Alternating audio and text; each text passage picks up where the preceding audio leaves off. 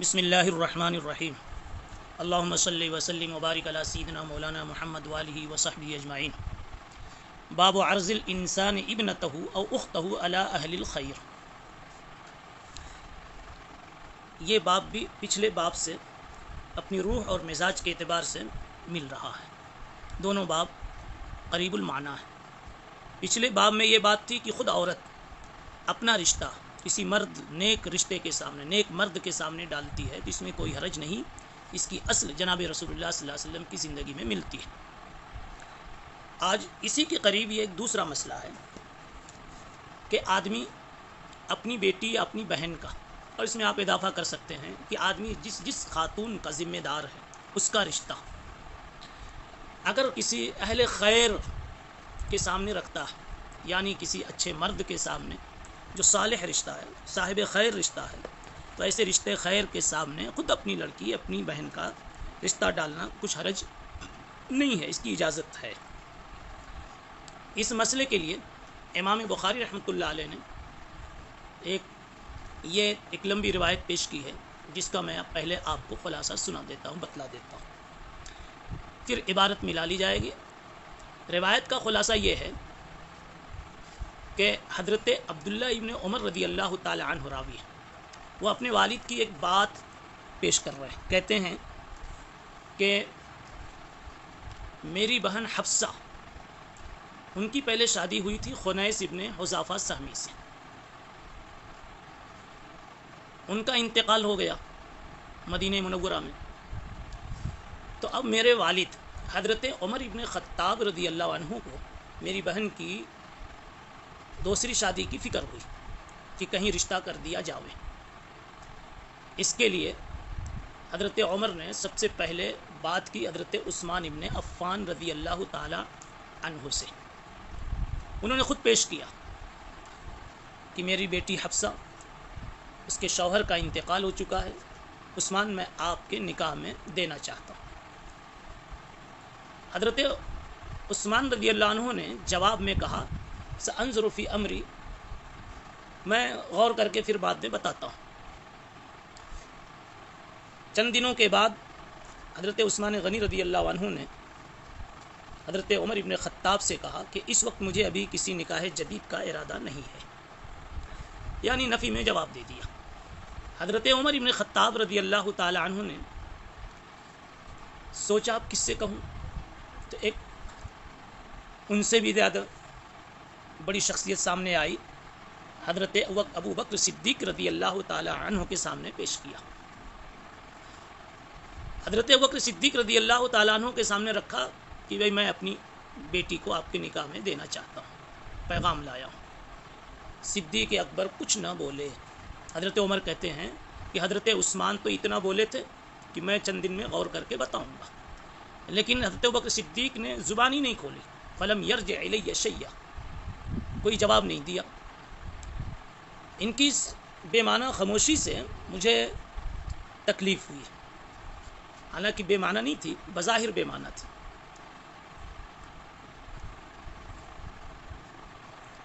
پھر کچھ وقت گزرا تو حضور پاک صلی اللہ علیہ وسلم نے خود حضرت عمر کے سامنے اپنا ارادہ ظاہر کیا کہ میں عمر کی بیٹی حفصہ سے شادی کرنے کا ارادہ رکھتا ہوں۔ حضرت عمر کی تو خوشیوں کی انتہا نہ رہی، خود اللہ کے نبی صلی اللہ علیہ وسلم نے پیغام دیا، جہاں تک حضرت عمر کا خیال بھی نہیں گیا تھا۔ اب حضرت ابو بکر صدیق رضی اللہ عنہ سامنے آئے اور آ کر کے کہتے ہیں عمر، شاید آپ کو میرے رویے سے تکلیف ہوئی ہوگی اور آپ یقیناً ناراض ہوئے ہوں گے، اس لیے کہ آپ نے میرے سامنے ایک بات رکھی اور میں نے اس سلسلے میں کوئی جواب نہیں دیا۔ حضرت عمر نے کہا یقیناً مجھے غصہ آیا تھا کہ عثمان سے کہا تو عثمان نے ایک بات کہہ دی، بات ختم ہو گئی، آپ تو کچھ بولے ہی نہیں۔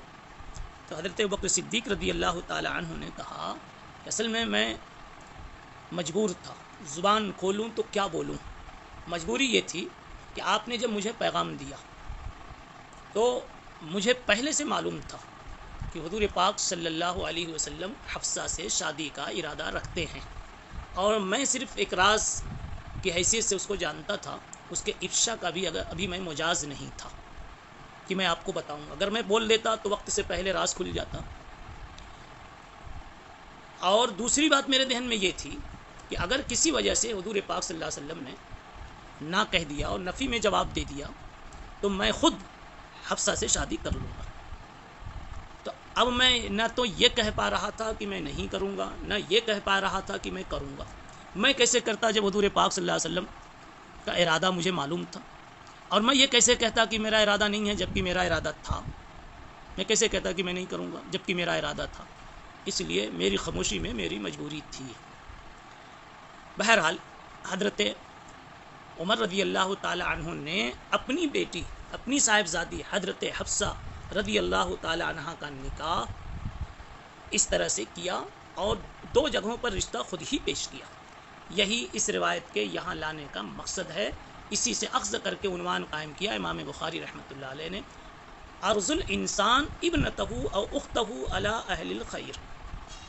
اب روایت آپ ملا لیجئے، خلاصہ تو آپ کے ذہن میں آ گیا. بہی قال حدثنا عبد العزیز بن عبد اللہ قال حدثنا ابراہیم بن سعد عن صالح بن کیسان عن ابن شهاب قال اخبرني سالم بن عبد الله انه سمع عبد الله بن عمر يحدث ان عمر بن الخطاب حين تأيمت حفصة بنت عمر من خنیس بن حذافہ السہمی. عبداللہ ابن عمر کہتے ہیں کہ عمر ابن خطاب نے اس وقت جبکہ حفصہ بنت عمر بیوہ ہو گئی خنیس ابن حذافہ سہمی سے، اور یہ نبی پاک صلی اللہ علیہ وسلم کے صحابہ میں تھے جن کا انتقال مدینہ منورہ میں ہوا.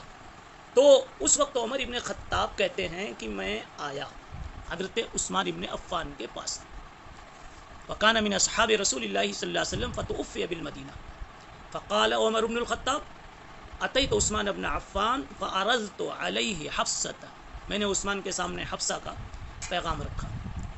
فقال سانظر فی امری، میں غور کروں گا اپنے سلسلے میں. فلبثت لیالی ثم لقینی فقال قد بدا لی اللہ اتزوج یومی ہذا. چند دنوں کے بعد میری ملاقات ہوئی تو حضرت عثمان نے کہا، حضرت عمر فرما رہے ہیں، حضرت عثمان نے کہا میں نے فیصلہ یہ کیا کہ ابھی آج کل مجھے کوئی نئی شادی نہیں کرنی ہے. اللہ اتزوج یومی ہذا. قال عمر فلقیت ابا بکر الصدیق، پھر میں ابو بکر صدیق سے ملا. میں نے ان سے بھی یہی بات کہی، ان شئت زوجتک حفصۃ بنت عمر، آپ اگر پسند کریں تو میں اپنی بیٹی حفصہ کی آپ سے شادی کر دوں. فصمت ابو بکر، ابو بکر چپ رہے. فلم یرجع الی شیئا، ایک بات بھی نہ بولے. وکنت اوجد علیہ منی علی عثمان، ایک بات بھی نہیں بولے تو میں عثمان سے زیادہ ان کی وجہ سے اپنی طبیعت میں غم محسوس کرنے والا ہو گیا. یعنی حضرت عثمان سے تو کوئی تکلیف نہیں پہنچی لیکن میری ایک مراد پوری نہیں ہوئی تو طبعی طور پر افسوس تو ضرور ہوا ہوگا. کہنے لگے کہ ان کے رویے سے مجھے بہت زیادہ تکلیف ہوئی. فلم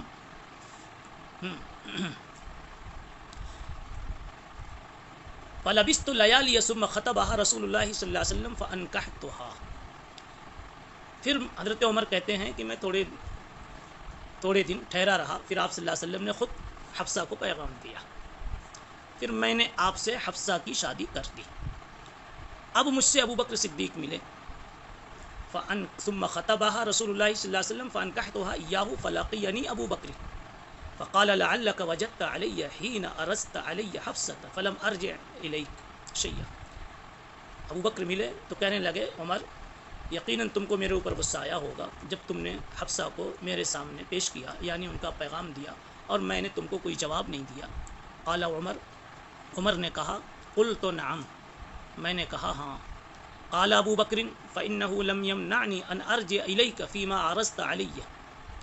ابو بکر نے کہا مجھ کو تمہاری پیش کردہ بات کے سلسلے میں بولنے سے صرف اس بات نے روکا کہ مجھے یہ معلوم تھا کہ ان رسول اللہ صلی اللہ علیہ وسلم الا انی کنت قد علمت ان رسول اللہ صلی اللہ علیہ وسلم قد ذکرہا. اللہ کے نبی صلی اللہ علیہ وسلم نے حفصہ کا تذکرہ کیا تھا اور آپ نے اپنا ارادہ ظاہر فرمایا تھا. فلم اکن لأفشی سر رسول اللہ صلی اللہ علیہ وسلم، تو میں یہ نہیں چاہتا تھا کہ حضور پاک صلی اللہ علیہ وسلم کا راز فاش کروں. ہاں یہ تھا کہ وَلَوْ تَرَكَهَا رسول اللہ صلی اللہ علیہ وسلم قبلتها، اگر آپ چھوڑ دیتے اور نہ رشتہ کرتے قبل تو میں کر لیتا. حاصل آپ کو بتلایا جا چکا اور ترجمۃ الباب سے مناسبت بھی واضح ہے. وبه قال حدثنا قتيبة قال حدثنا الليث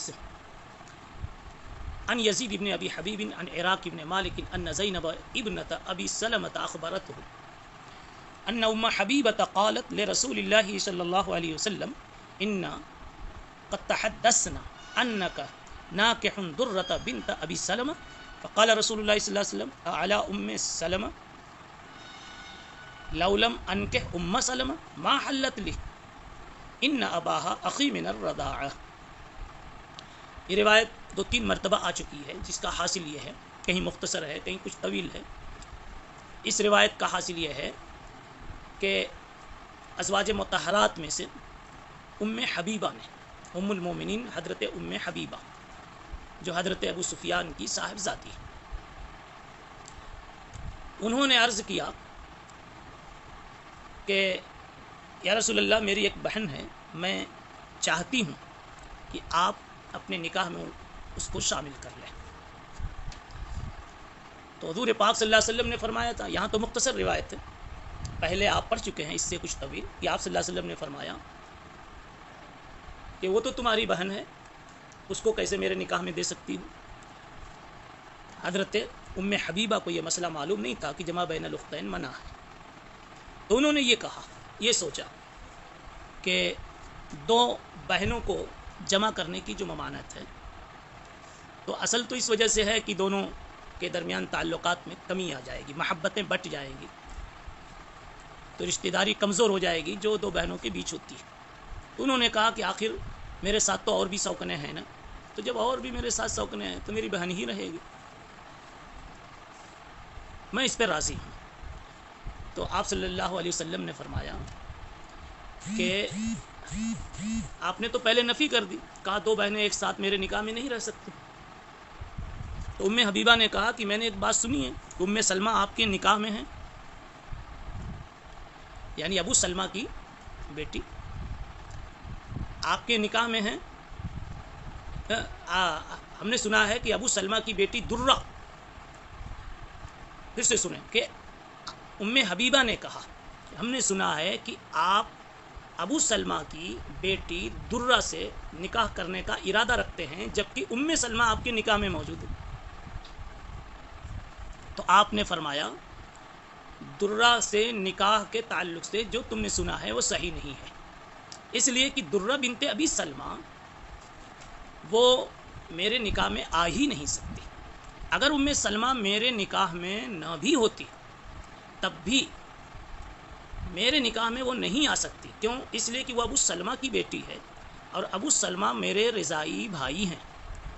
مجھ کو اور ابو سلمہ کو صہیبہ نے دودھ پلایا تو رضائی بھائی ہم ہوئے، تو وہ درہ میری رضائی بھتیجی بنی، میرے رضائی بھائی کی بیٹی ہے تو رضائی بھتیجی بنی، اور رضائی بھتیجی سے میرا نکاح نہیں ہو سکتا. تو ام سلمہ میرے پاس ہے تو یہ خود ایک معنی ہے، یہ نہ بھی ہوتی تب بھی رضائی بھتیجی سے نکاح صحیح نہیں ہے. بہرحال اس روایت سے بھی مقصود یہی ہے کہ اپنی بیٹی کو، بہن کو کسی اچھے رشتے میں پیش کرنے میں کوئی حرج نہیں ہے. یہاں ام حبیبہ جو ہیں وہ پیش کر رہی ہیں اپنی بہن کو رسول اللہ صلی اللہ علیہ وسلم کی خدمت میں، گو کہ ایک معنی موجود تھا جس کی وجہ سے یہ رشتہ نہیں ہو سکا. اسی کو یہاں کہا گیا بہی قال حدثنا قتیبہ قال حدثنا لیث عن یزید بن ابی حبیب عن عراق بن مالک ان زینب ابنة ابی سلمة اخبرته ان ام حبیبة قالت لرسول اللہ صلی اللہ علیہ وسلم انا قد تحدثنا انك ناكح درة بنت ابی سلمة فقال رسول اللہ صلی اللہ علیہ وسلم اعلی ام سلمة لو لم انكح ام سلمة ما حلت لی، میں کیا ام سلمہ کے ہوتے ہوئے شادی کروں گا؟ ارے اگر میں ام سلمہ کو اپنی شادی میں نہ لایا ہوتا، اس سے نکاح نہ کیا ہوتا، پھر بھی ما حلت لی، میرے لیے یہ درہ بنت ابی سلمہ حلال نہیں. ان اباہا اخی من الرضاعہ، اس کا باپ تو میرا رضائی بھائی ہوتا ہے. امام بخاری نے عنوان لگایا تھا، دیکھیے، ارض الانسان ابنتہ او اختہ علی اہل الخیر. آدمی اپنی بیٹی کو یا اپنی بہن کو صاحب خیر، صاحب تقوی، صالح رشتے کے سامنے، صالح شخص کے سامنے پیش کر سکتا ہے شادی کے لیے۔ اس میں پہلا قصہ تو حضرت حفصہ رضی اللہ تعالی عنہا کا بتلایا گیا، اور دوسرا قضیہ حضرت ام حبیبہ کی بہن کا تھا، جس کا اختصاراً ذکر ہوا۔ اس سے پہلے یہ روایت تفصیل کے ساتھ گزر چکی ہے۔ سبحان اللہ و بحمدہ، سبحان اللہ العظیم۔